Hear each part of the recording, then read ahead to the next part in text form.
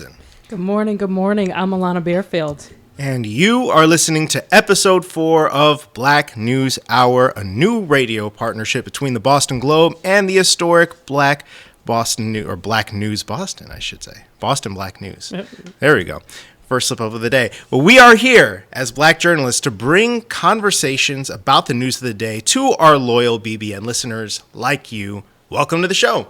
Welcome to the show. Kyrie, I'm so excited to talk about the show because today we'll be bringing conversations about Boston sports and nightlife. Kyrie and I both cover sports, and we wanted to spend this time to talk about what it's like being a Black journalist, but also the perspective of a fan. Absolutely. And shout out to NABJ Sports, by the way, near and dear to our hearts. We're going to start things off with a doubleheader of sorts. First, we'll have Dart Adams, one of my favorite Boston sports super fans and, culture critics on Twitter. And then we're going to talk with fellow Boston sports reporters Chris Gasper and Tamara Brown. And we'll round things out with Sheena Collier and Farah Belazaire, two super connectors who are all about finding spaces for vibrant Black social life in Boston. That will be fun. More than fun. Do you hear the star-studded lineup? It's a lot. We got, we're talking about sports. We got an all-star cast right here. By the way, if you got questions for the show, we are here for it. Call us at 617-265-2679 or ask us on Twitter using the hashtag Black News Hour. And for more content like this or to subscribe to our BNH newsletter, you can visit globe.com/Black News Hour. And, the big part of this reason, Kyrie, we continue to look at the conversations of Black sports fans and reporters. It's kind of really interesting to see how we are tackling these topics. So, Kyrie, what are some of the topics that we're going to be diving into today? For myself, Alana, I'm hyper aware of just how few Black people and people of color generally are in the room with me when I'm out covering Patriots and Red Sox games. And so I want to get into a little bit of what it's like to face that reality regularly.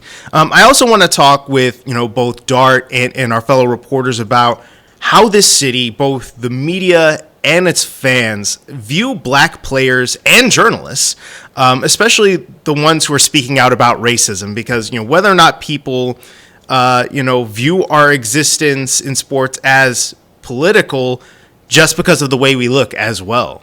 It's a huge conversation. It's intertwining. When you look at sports, it's not just stats anymore. It intertwines with politics. It intertwines with social justice. We've seen that time and time again, especially what we saw in the bubble. These are topics that people want to hear. And I think at the end of the day, athletes are more than just stats. They're humans. Absolutely. And that's something I've been thinking about for years. And I feel like it was really just brought into just super sharp focus last year and in the time since then. And it's so much bigger than us, particularly when we're talking about, in Boston, because, the experience of being, a Black Bostonian and about how people from outside the city perceive race in Boston, it's like sports is a big part of that conversation. And that's something I've seen, Dart talk about a lot. When we hear players calling out racism, that they experience in the city, whether you're talking about the Baltimore Orioles, Adam Jones a few years back, very high-profile incident. However you feel about him, former Celtics guard Kyrie Irving making his comments before coming back here in Brooklyn, playing for Brooklyn, and then the aftermath of what happened after he said that. And so it can be tough to have that conversation because, we know that Boston is a place where Black people can and do thrive. Like, you can't question that. But we still can't ignore the complicated history the city has with race. It's very complicated. We're going to go to our first guest. Really excited to talk to him because he covers it all from the intersection of music to sports, and he's also an author. I want to welcome to Black News Hour, Dart Adams. Hello. Hi, Dart. How are you today? I'm fine. Thank you for having me. Thank you for joining the show.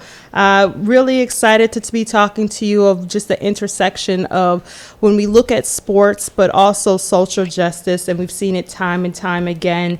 Just really want to get your perspective on it all. But, you know, when we look at Boston in sports, some say Boston is the best on the planet when it comes to sports. And I just wanted to get your perspective on that. Is that true? Yes. The thing is that Boston has a unique culture, unlike other cities, right?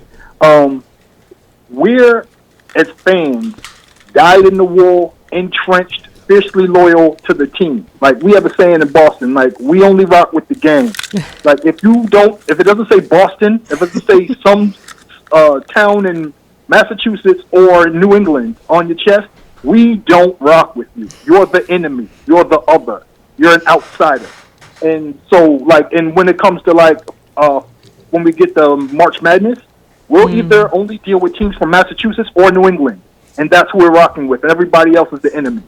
And being that, you know, nobody outside of Massachusetts or New England even knows that there's a brown population in Massachusetts or Boston, it's hyper-intensified. And especially when you think about negative attitudes about Boston, which a lot of them were earned, but also have to deal with the complete erasure of any of the non-white Bostonian experience in any space, the arts, film, sports, what have you, unless you're an athlete and you're like a star, you know, then what happens is we get where we are today, where, you know, if you're a black or Latino fan of a Boston team, you're instantly lumped in with every negative connotation that has to do with Boston and Massachusetts.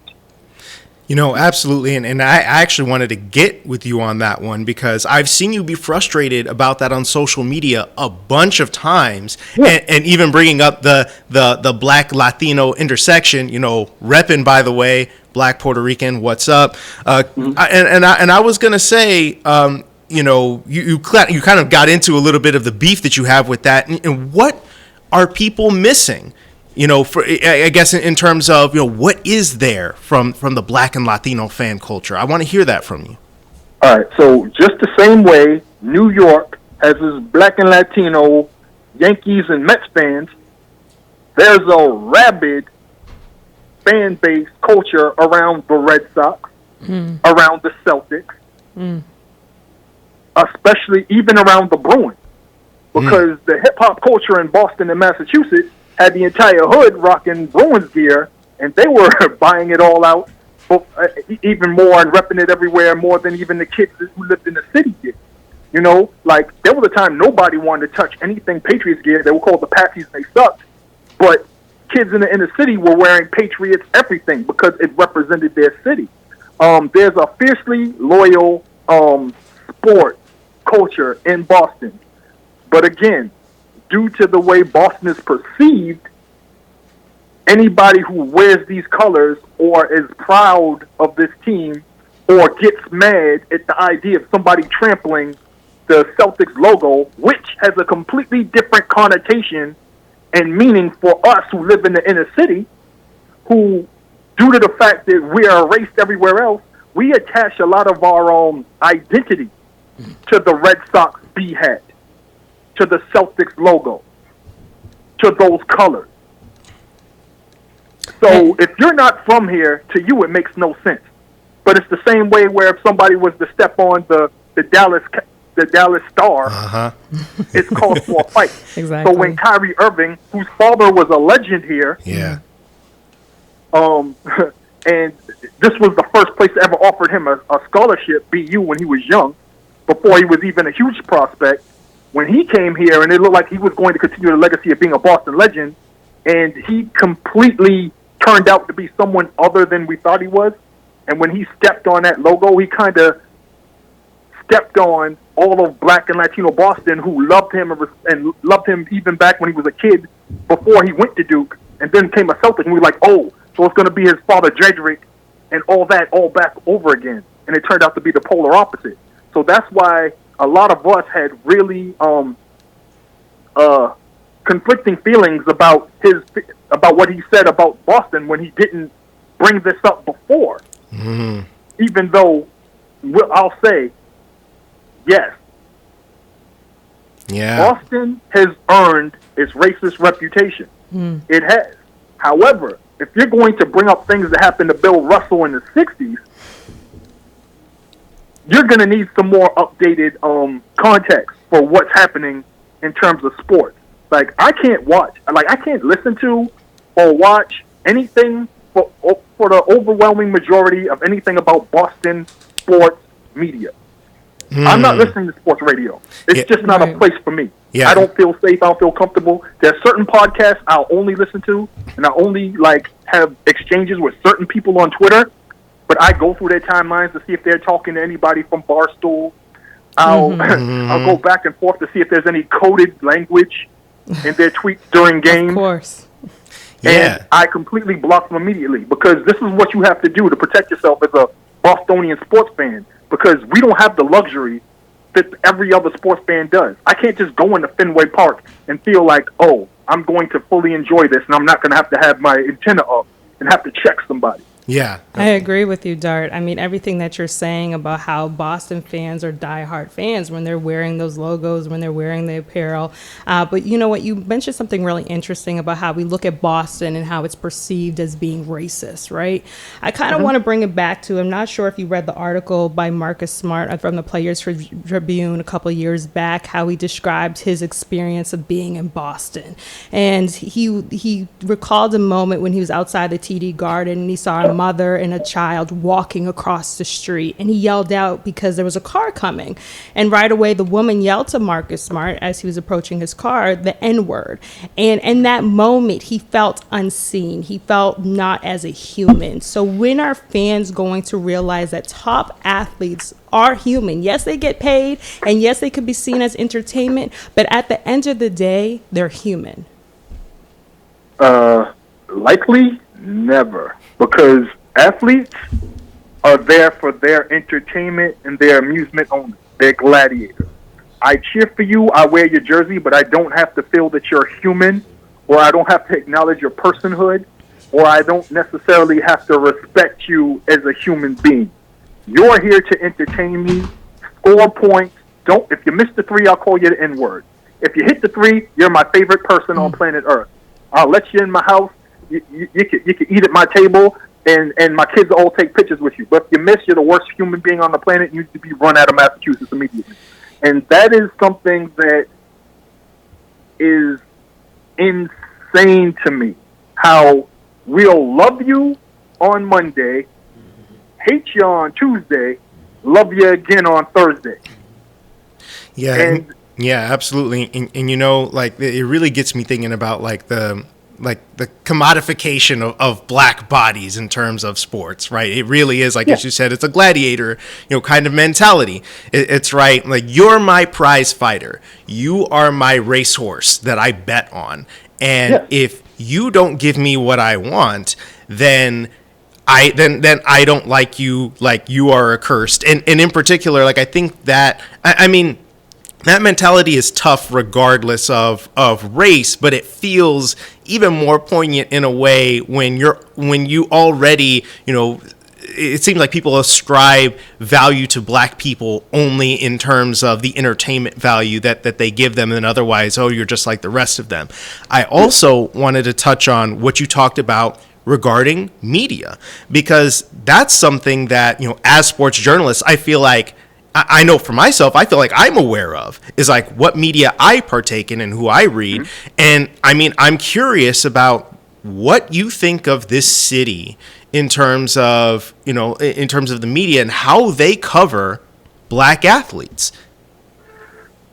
It's sad and disturbing because there's a huge blind spot there. And it's attributed to the fact there are very few people of color who are either from here or have covered the sport or covered the athletes or have a different perspective on athletes and their rights and their positions and think that they can do more than just dribble or shoot or run, that cover the sport.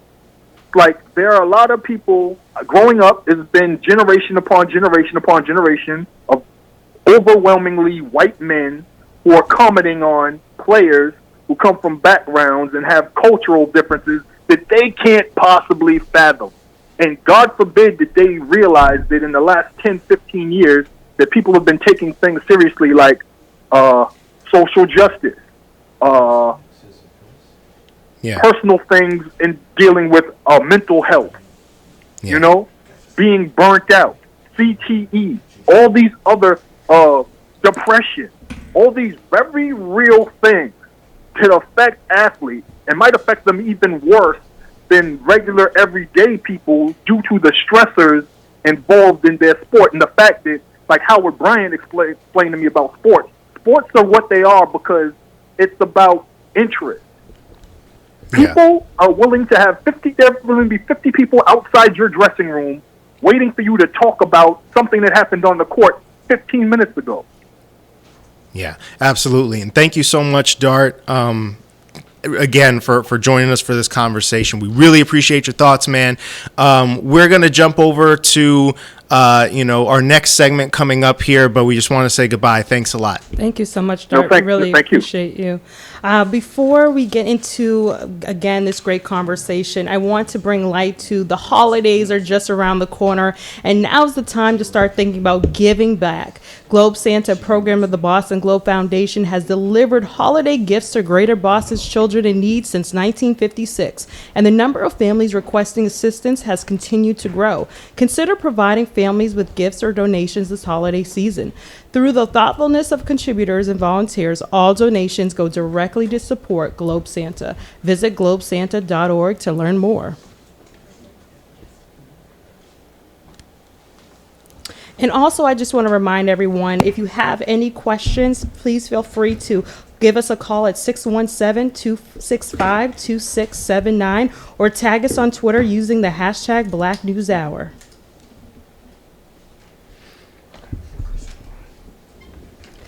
Really excited about this conversation, Kyrie, because we had talked about the perspective of fans, but I also want to get the perspective of what it means to be a Black journalist in Boston, and no other who's right next to me. Really excited. Yeah. Really excited to be talking to you today because you do it all, really. Yeah, I was going to say, like, so obviously, Tamara does the Patriots and stuff like that. But I saw like there's a lot more to the resume. I was like, this is really cool, to kind of get the well-rounded, Boston sports journalism experience. And then we are also going to have joining us on the phone, Chris Gasper, who's one of our colleagues over at the Globe. He's going to be joining us. He just returned to the Globe as a sports columnist. He's also the co-host of Gasper and Murray on 98.5 The Sports Hub. We got you, Chris. Yes, Kyrie, I'm here. Awesome. Thanks a lot for joining us today. My pleasure. Thank you for having me. Yeah, man. So let's get into it. And also, if you're tuning in, this is Kyrie Thompson with the Boston Globe. We're on, for the next couple of minutes and such, and we're gonna want to hear from y'all. So feel free to get us with your questions, hashtag Black News Hour, and call in at 617-265-2679 while we're getting this conversation going. So I wanted to first of all, if we could do a little bit of sports here, we have a really interesting Patriots team that, just happens to be better than everybody thought they were. So how is it covering this team right now? It's definitely very exciting. I think seeing a team that started off a season the way they did and see where they are now on a 7-game winning streak is kind of just watching history in the making. I mean, you have a rookie quarterback, you have a lot of free agents, a completely new offense, so to speak, and a lot of guys on defense who are just now starting to gel together and galvanize. And I think being able to see this, being able to be a part of this in my first NFL season is truly amazing. Absolutely. Definitely is. I mean, it's remarkable what you're doing and covering over there with the Pats. For Chris, it's really welcome back to the Globe. First off, really excited Thank to you, have Ron. you I back. appreciate that. Yes, but you have a broadcast background. You are working for WCVB TV, and I really want to get your perspective on why is it so important to have representation in front of the camera, behind the camera, but also across diversity among all newsrooms. Yeah, I mean, I think, from the television and radio perspective, I think that, one thing that I noticed is that there's even less representation than there is in journalism in general, particularly sports journalism. And I think it's really important for a couple of reasons. One, I think being from the Boston area, it's just really important to see faces and people that look like you on TV and listen to them on the radio, so that that's a possibility. I can't tell you how many times I've been out and about, and people will come up to me and say, I really appreciate what you do because you represent a perspective and a viewpoint and a vantage point on sports that we share, that we feel like is not represented a lot. And I'll give you an example. When the situation was happening during the playoffs with Kyrie Irving and the comments that he had made about the city of Boston and its history of dealing with racial issues, a lot of people wanted to just sort of throw those comments away because they didn't like Kyrie the player, because he hadn't had a good experience in Boston. And when I was on the radio, I was saying, look, you can't disregard the message just because you don't like the messenger. And I remember I had jury duty, and a fellow African-American male came up to me on the street and said, I really appreciate you saying that. I say that to my coworkers all the time now, what you said about Kyrie. You can't completely disregard the message just because you don't like the messenger. And I think that just sort of getting that type of message out there that maybe, white people don't necessarily think about. It's just easy to dismiss, Kyrie, he's kind of a crackpot. Oh, it didn't go well here in Boston. So I'm just going to dismiss everything he has to say about the sordid racial history of Boston and how a lot of athletes feel about playing here and being a part of the community. I think it's good as a reminder just to say, hey, you kind of have to check yourself on that. And it's also a way to cover Black athletes accurately, to have that representation, to understand what these athletes are going through, where you can connect with them in the locker room. Yeah, and you know what? I want to direct this question to both of you, if you could. We can start with Tamara. I kind of said this in the open. I've had a good experience here with the people that, I've been around on Red Sox and Patriots beat, but I'm still very aware, when I go to the Patriots press box, the Red Sox press box, there just aren't a lot of people there that look like me. And obviously I'm still there to do my job and everything, but it is something that I can't help but notice. I've always noticed it. And I'm just wondering, how you process that when you're in those spaces. So for me, I feel like, and I've had multiple conversations like this with my mentors, and they're like, when we show up to work every day, we have to be 1,000%. We can't be anything less than that, because we aren't given the same opportunities and the same amount of opportunities as the other people in that press box or in that room. So when we show up, we have to be fully prepared. We have to have the right questions to ask. We have to have the right story. Otherwise, we might not get that opportunity again. We might not get that phone call again. And so for me, I feel like there's a lot of pressure for me to show up and be the very, very, very best version of myself every single day. I can't show up and be mediocre at all. And so that's partly why you were mentioning my resume earlier, partly why I've made the stops that I have, to make sure that my resume was the best it could be, so that I could be marketable, so that I could put my best foot forward and have the opportunity to have the job that I have right now. I feel like we always have to show up and be 1,000%, and also be like so much more marketable than the people around us. Not saying that they're mediocre, but saying that we have to do so much more work to be in the roles that we are in. Yeah. What about you, Chris? Yeah, no, I mean, that's definitely well said. And that's sort of an experience that I can say, I've had a good portion of really my life, having grown up around here in the Boston area, just starting being in elementary school and going through and being in honors classes and whatever, and looking around and seeing like, oh, I'm the only male in here, So I've sort of experienced that. I sort of come from a situation of I try and let my ability and my knowledge, do the talking for me, make sure that I know that I'm prepared and that when I'm talking about these subjects or I'm asking these questions or I'm bringing something up or I'm talking to a player, that I am prepared, even overly prepared, and that my ability and my knowledge will sort of, do the talking for me and show that, yes, I do belong in this press box. Yes, I do belong in this environment. Yes, I do know what I'm talking about. And, that's sort of always worked for me. But yeah, I mean, there are times, I think certainly there are lines of questioning over the years, or just particular questions to players where you're in that, you look in that scrum, which we don't have right now because of COVID, obviously, Right. and you kind of wince a little bit, you're like, oh man, like that's not really, like that question is, whether it's intentional or not, it's sort of coming from a place of stereotyping or not understanding or whatever. So there are times definitely when you're in that environment that you can't help but notice that, you are the minority. It can be a lot. It can be overwhelming to just try to bring your 100% to the table, but trying to get other people to see you. Tamara, I kind of want to get your insight because, yes, it's not a lot of people who are Black in these media rooms, but Black women specifically, and what that means, not just being just another pretty face, but that you can actually do the work. It's 2021, and it seems like Black women sports reporters are still on the sidelines. Why is that? So first, I want to touch on what you said in the beginning when you said it's hard to show up as your 100% self every day. I feel like I am just now, 6 years in, able to show up to work being my 100% self. Love to see it. To be here this morning with my natural hair out, I can't say 6 years ago that I was comfortable enough to do that.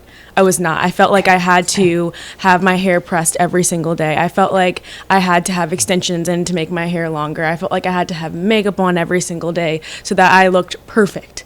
As like I said earlier, coming into work prepared, like with my knowledge and my questions, but also making sure that my hair was perfect, my face was perfect, my outfit was perfect, making sure that I didn't look a certain way in the way I was dressing at work. But now it's like I can show up the way I look right now.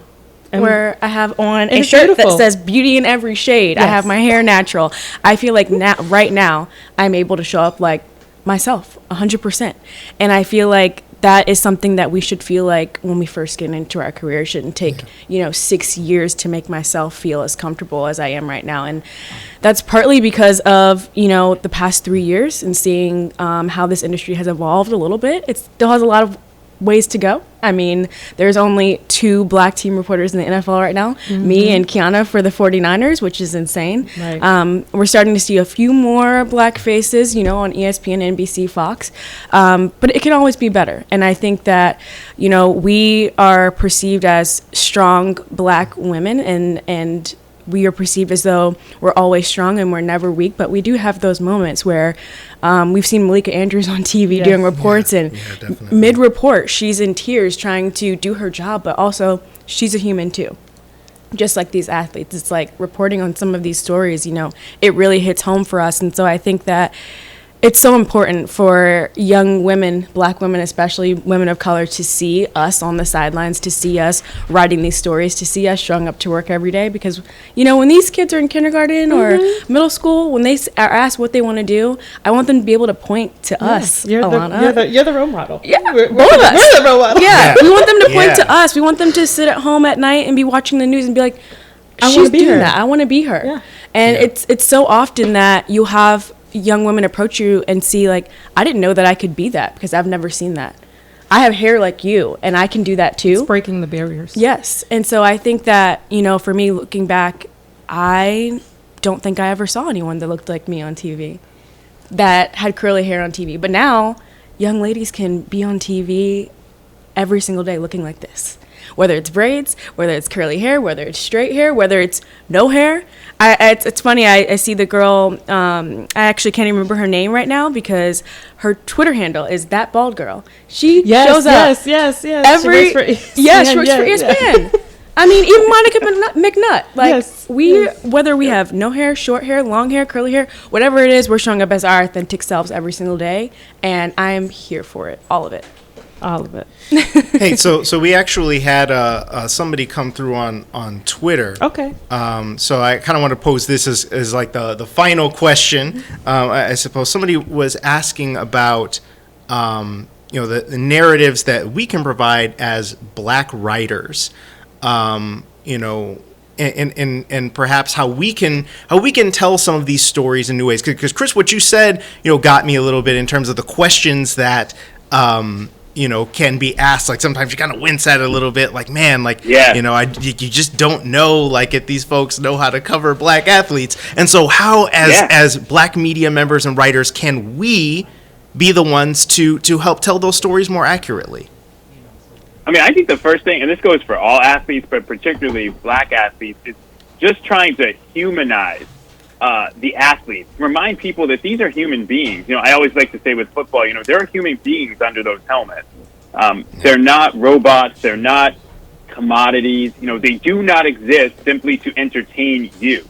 And I think a lot of times, you see that with fans, their reaction is like, well, I don't want to hear about, this person's social advocacy because, they should just be happy they're making all this money playing sports. And it's like, no, this is a human being. And I think we've seen this a lot, particularly during the social justice movement, that fans don't tend to understand that, it really hits home and hits differently for a lot of Black athletes, the things that are going on, because they have family members and friends and people that they know that, could very easily be in the situation that George Floyd unfortunately was in. And fans sort of look at it and say, well, that would never happen to player XYZ because he has a lot of money and he'd get recognized. I sort of think, and Kyrie, I don't know if you remember this story, but Landon Roberts, who used to play for the Patriots, actually got pulled over basically like on his street in his driveway by a police officer, and his wife tried to come out to calm down the situation. And the police officer was like screaming at his wife to stay in the house because that police officer didn't know who Landon Roberts was, because Landon Roberts is, sort of a middle-class NFL player. So I think, one thing we can do is certainly tell stories that, humanize the athletes, talk about their interests off the field, off the court, whatever. I just did a story on Devin McCourty and the fact that he's on the hospital board at Boston Medical Center, where I happen to be a patient, and why he got involved in that and the work that he does with sickle cell, which obviously takes a tremendous toll on the Black community. So I think, doing more stories like that, where there's sort of human interest stories and stories that remind people that, look, these are human beings and this is their particular background and this is where they're from and this is what they're about, and you have to respect that and you have to remember that. I think that it's easy to always just kind of do the X's and O's and always easy to do the, sort of fun stories,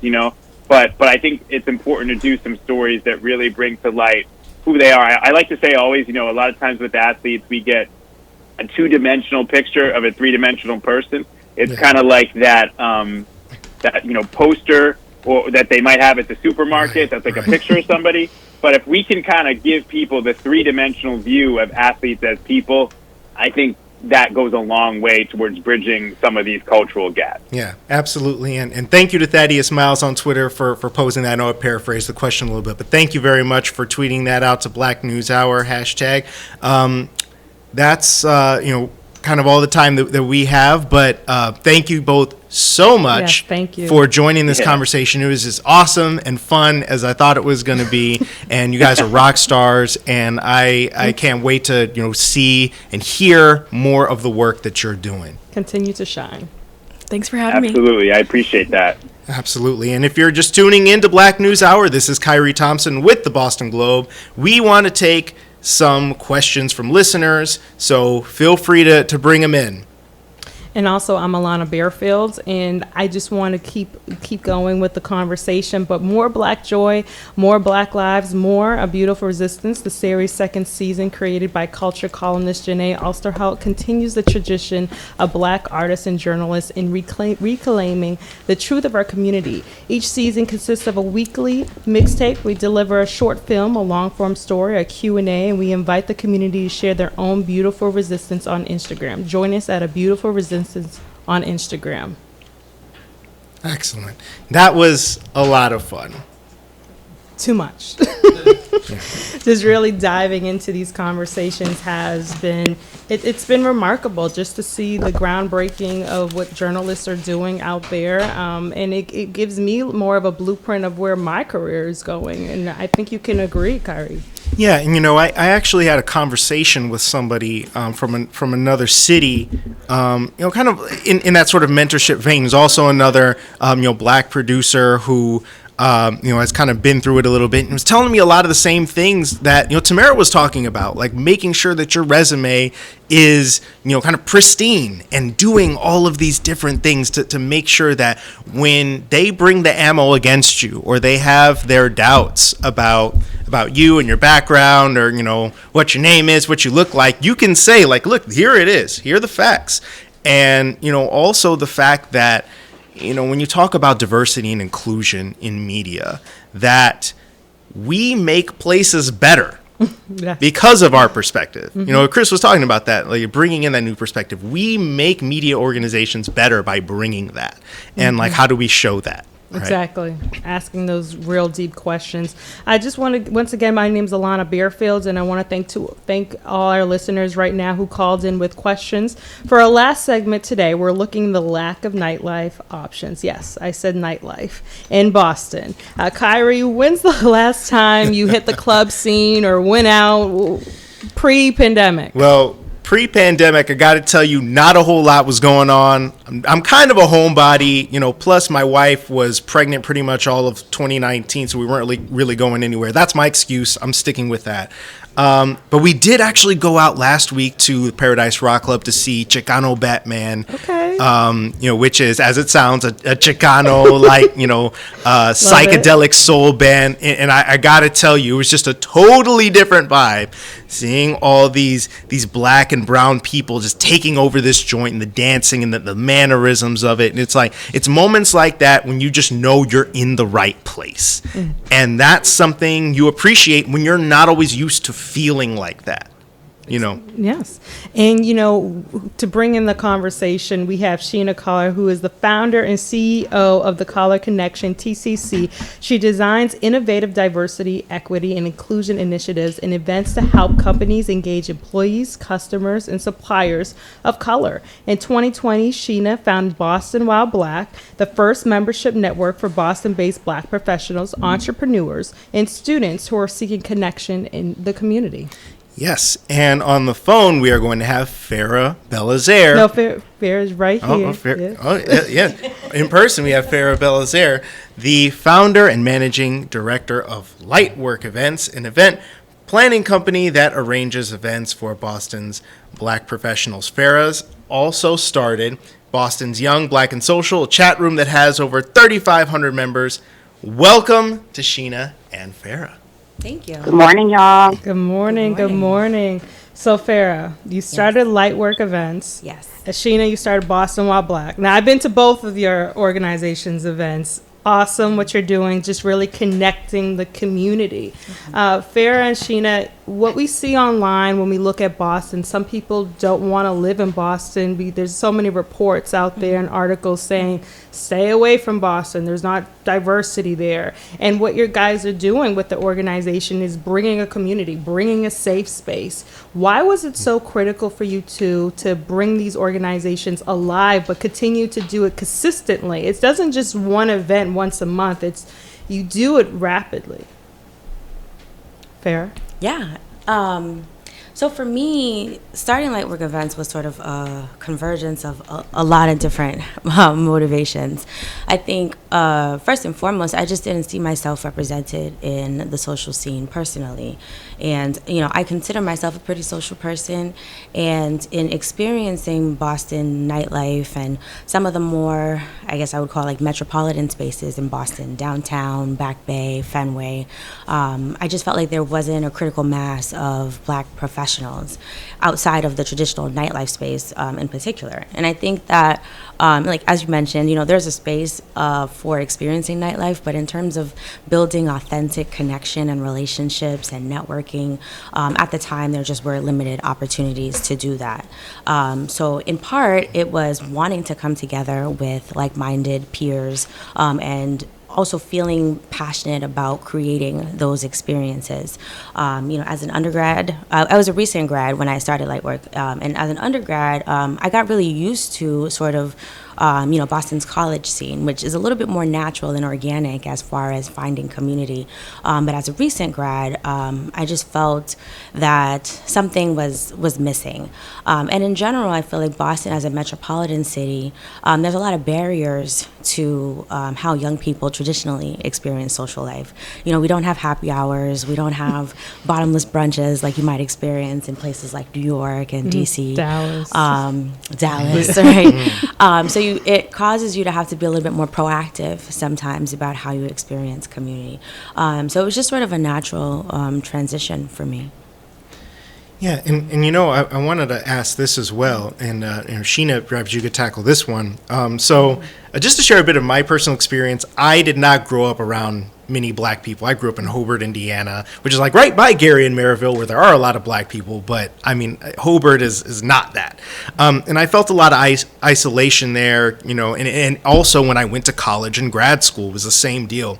And then I remember going to NABJ in 2017 in New Orleans, and it was the blackest thing I'd ever seen in my life. And for everyone who's listening, if NABJ stands for the National Association of Black Journalists. Yes, and so this big conference of just black journalists, black professionals everywhere. I'd never seen anything like it in my entire life. And I'm wondering, how many times do you encounter young black professionals who have that experience? And why is it so important to change that? If Sheena could start this one. Yes, I just want to say quickly, I can only somewhat hear Farah and Alana. So apologies if I caught pieces of what Farah said, but apologies if I repeat any of it. It's interesting because I came from a HBCU. I went to Spelman. Yes. Even I grew up in Albany, New York, which is not itself a mostly black place, but the space I grew up in was mostly black. And so coming up here to go to Harvard for grad school was really the first time I was in the minority, and which is what really propelled me to do what I've been doing, the past couple decades, and then starting Boston All Black. But I've realized that a lot of people do come to Boston All Black, both from the member side and people that want to work on the team, because they've had that experience where they have been haven't had the experience of being around groups of black people all the time. And that's been interesting to me to watch that be people's motivation, because it's actually, in a lot of ways, not what I was thinking about. I was like, how can I recreate this HBCU experience I've had and be able to, make that my all the time? And I've definitely curated a very black life for myself here in Boston. But a lot of people's motivation is, I grew up this way in a neighborhood, and or my workplace is this way, where I'm one of few black people, and so I really am seeking and need a space where I'm not. And it's seeing people's even transition to being comfortable in a space like this, both working and being a member, has been fascinating for me to watch, because it is. I've actually had the opposite experience, and it takes people almost sometimes to believe that this is really possible. Yeah, it's like you curated, the HBCU experience for yourself, and then it's like kind of encouraging people to try and curate that experience for themselves. I'm wondering, Farah, if you could add on that. Yeah, I was going to say, I think in general, young people, and especially young people of color, add such a vibrancy to cities like Boston. And ultimately, I think when people feel enabled to bring their fullest self and their best self into a space, it makes us better people as in general. It makes us a better community. I think one of the things that has been really rewarding for me with Lightwork and curating these social spaces is, I've met so many folks over the years who have told me, I didn't think I would stay in Boston, or I didn't think I would enjoy getting the opportunity to just go out and be social until I started coming to your events, or, in some cases, hearing that folks met their partner, and in some cases are growing families, as a result of finding, these networks and these communities of like-minded individuals. And ultimately, I think, when folks feel, fulfilled and fully engaged socially, emotionally, we're better at work. We're better, involved in our communities. And also we're more even economically engaged. Our events have generated, thousands of dollars for Black-owned businesses, for local businesses. So just that sort of feeling of belonging, that feeling of inclusion, I think it just adds a certain layer, I think, of sort of enthusiasm, vibrance. Sheena and I have worked together, for example, as well. And one of the larger events that we did together was a collaboration at the Museum of Fine Arts.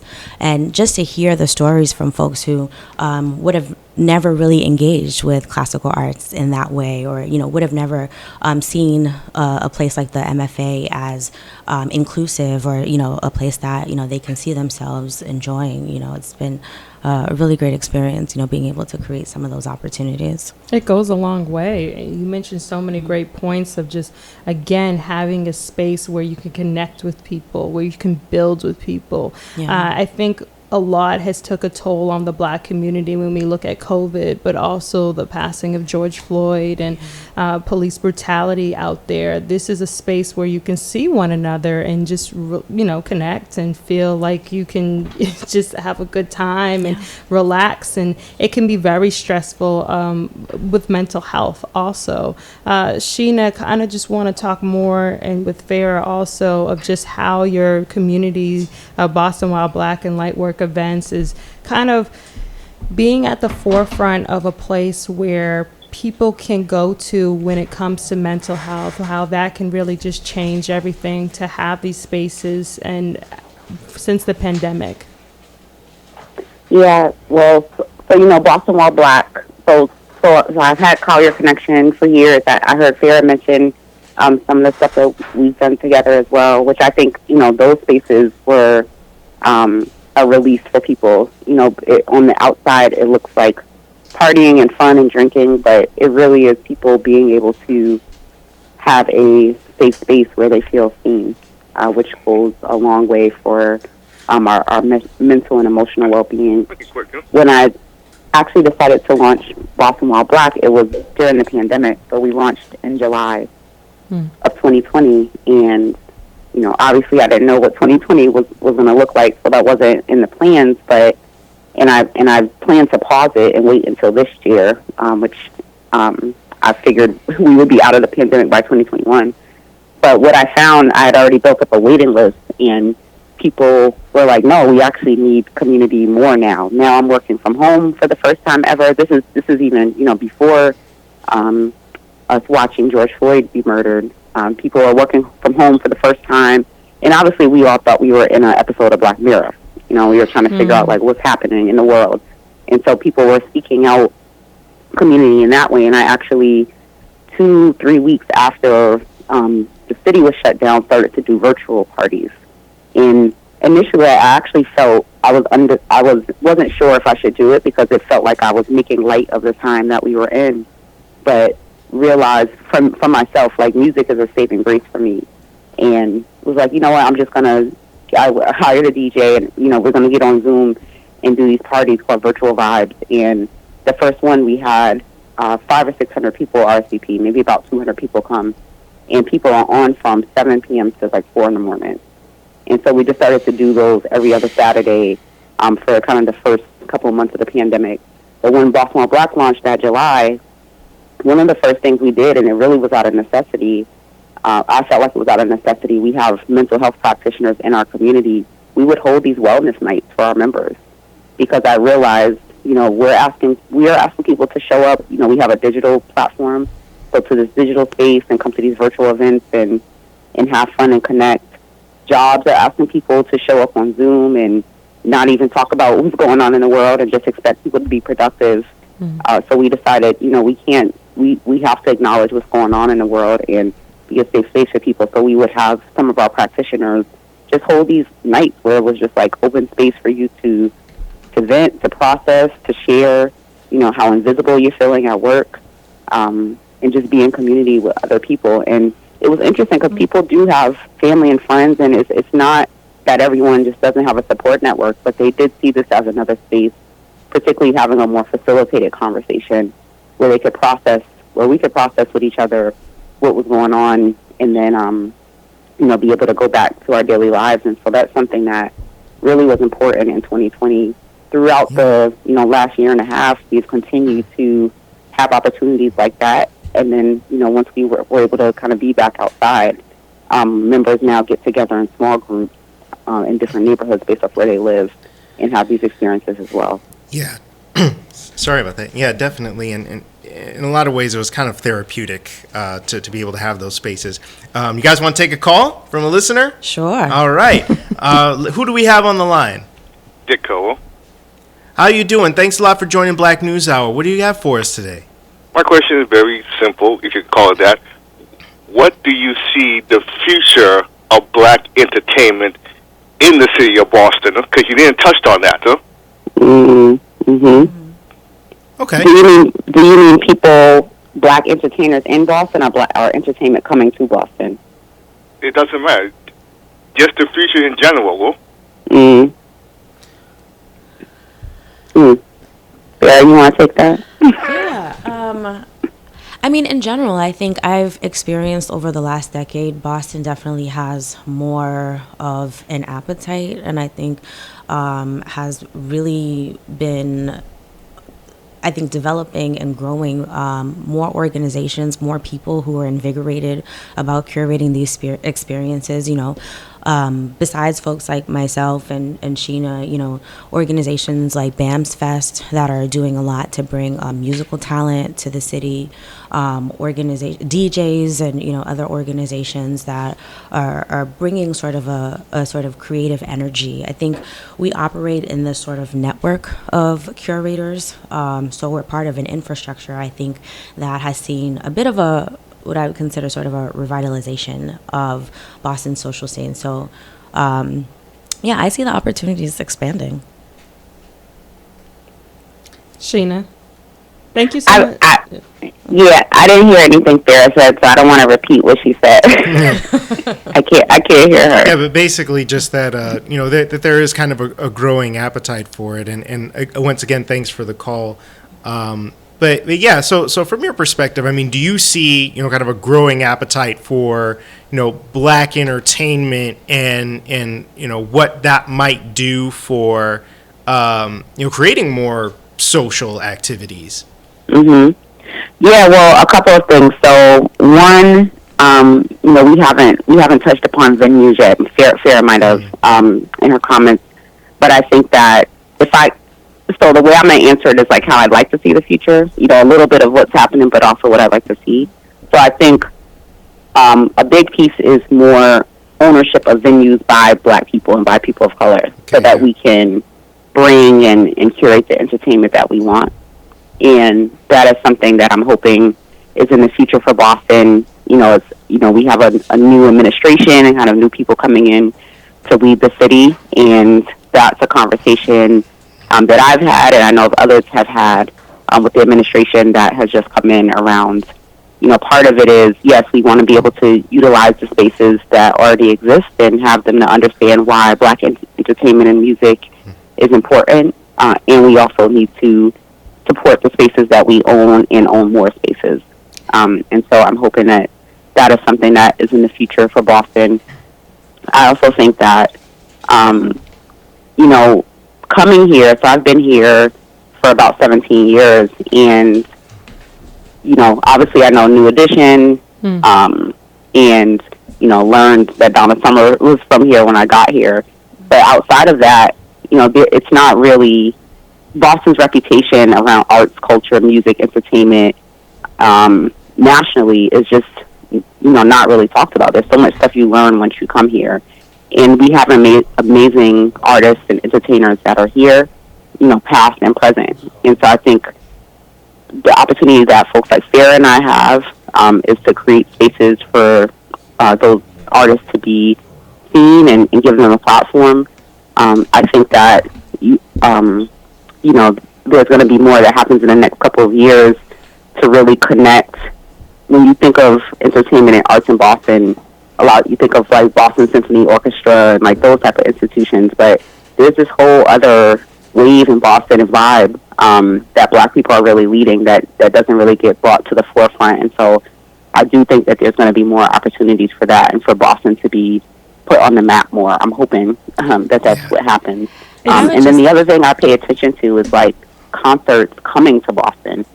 And so do national entertainers see the Boston audience as a viable audience, particularly Black artists? And, I have seen a surge even in some of the things coming up in the next couple of months of people coming here. So I'm hoping that's a sign that people are seeing Boston as a place where they think their audience lives. Absolutely. Sheena and Farah, thank you so much for joining us for this conversation.